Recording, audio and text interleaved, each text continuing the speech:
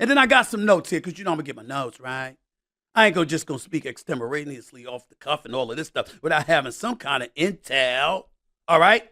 Well, Ja Morant, okay, because we get a little boiled. So, you know, you got to put on glasses. Okay? His Nike signature shoe release was actually delayed in the wake of his first IG Live gun incident. Similarly, the Grizzly Stars commercial with Powerade was pulled in the wake of that incident that he got in trouble for over a month ago. So what are these brands going to do now? Those are legitimate questions for y'all. For me, I have answers. That deal going to get compromised. Powerade going to get compromised. Nike going to get compromised because we living in different times. And people don't have to tolerate this nonsense. Now, there are those of you who are going to lose your damn mind if you haven't already over this. And I know exactly what you're thinking. What'd he do wrong, Stephen A? What'd he do wrong?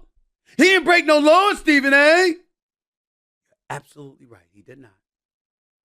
First of all, we don't know where this latest video occurred. We know it was in an automobile. What we don't know is what state he was in. But we do know that he plays for the Memphis Grizzlies, which is in the state of Tennessee. Other than the fact that they have no state income tax, which is very appealing to somebody such as myself, there's something that's not so appealing to me. Do you know it's a permitless carry state? You do not have to have even a permit to carry a concealed weapon, loaded or unloaded, open or concealed.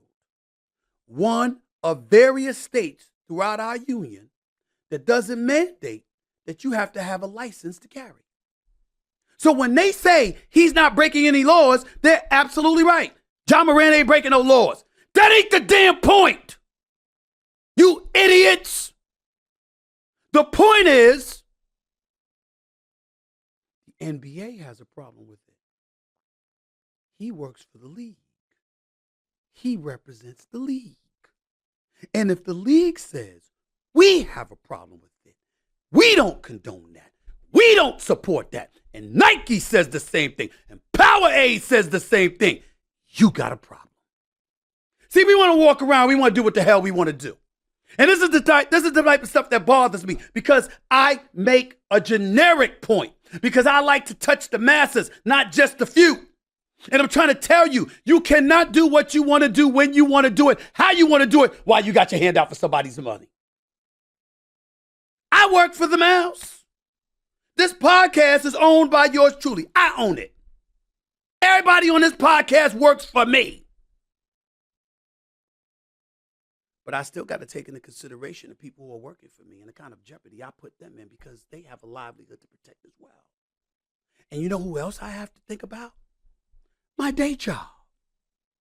You know that big mouse that you see everywhere? You know, with amusement parks in Orlando and Anaheim and Shanghai, and Lord knows where else. You know that big mouse that's permeated everywhere for decades? Mickey Mouse, to be exact. Walt Disney. They own ESPN.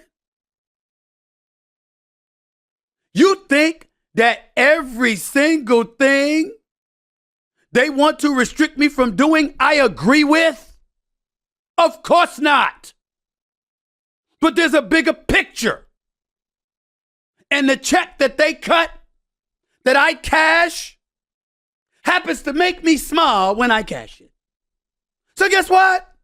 I modify. I capitulate. I don't surrender.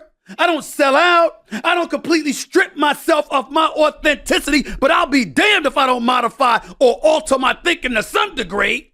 And you know what? So did Ja Morant. So did LeBron James. So did Kobe Bryant, God rest his soul. So did Michael Jordan. So did Shaq. So did Barkley. Hell. So did Allen Iverson. I know because I was there. And y'all smart enough and informed enough to know ain't a damn media member alive know Allen Iverson better than me. And that brother with the cornrows, with the tattoos, with all of that other stuff. Go back to 1996, June to be exact, NBA draft. Allen Iverson rolled up there. He didn't even have cornrows. He had a clean-cut haircut with a nice fade, and you couldn't find a tat visible on him because he was trying to get paid. Now, we live in a different time. No question about that. We live in a different time. We live in a time now where everything crazy. One minute we having conversations about men and women. Another day we having conversations about who is a man and who is a woman.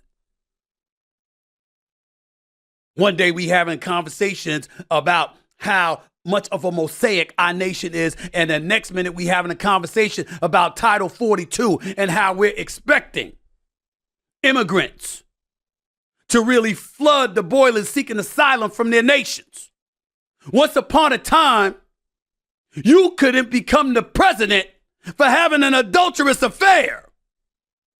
Now you could be a freak. Ain't nobody gonna say anything. List goes on and on. The world has changed. We get all of that. But when it comes to business,